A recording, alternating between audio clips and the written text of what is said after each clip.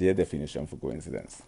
In psychology attribute coincidences to confirmation bias or selective reasoning.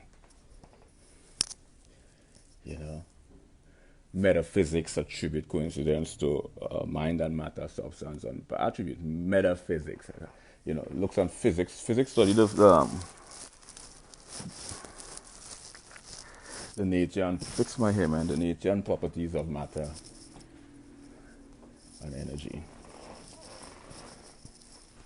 You know, beautifully. I would say metaphysics objective is more centered around, has a more non-linear approach. We call it the unscientific. You know, unscientific is basically you know, any area that's considered unorthodox or outside the realm of scientific inquiry. So we know with absolute certainty that there's no such thing as coincidence, because from a biological perspective, they have a different interpretation. From an evolutionary perspective, they have a different interpretation. Put your thoughts together.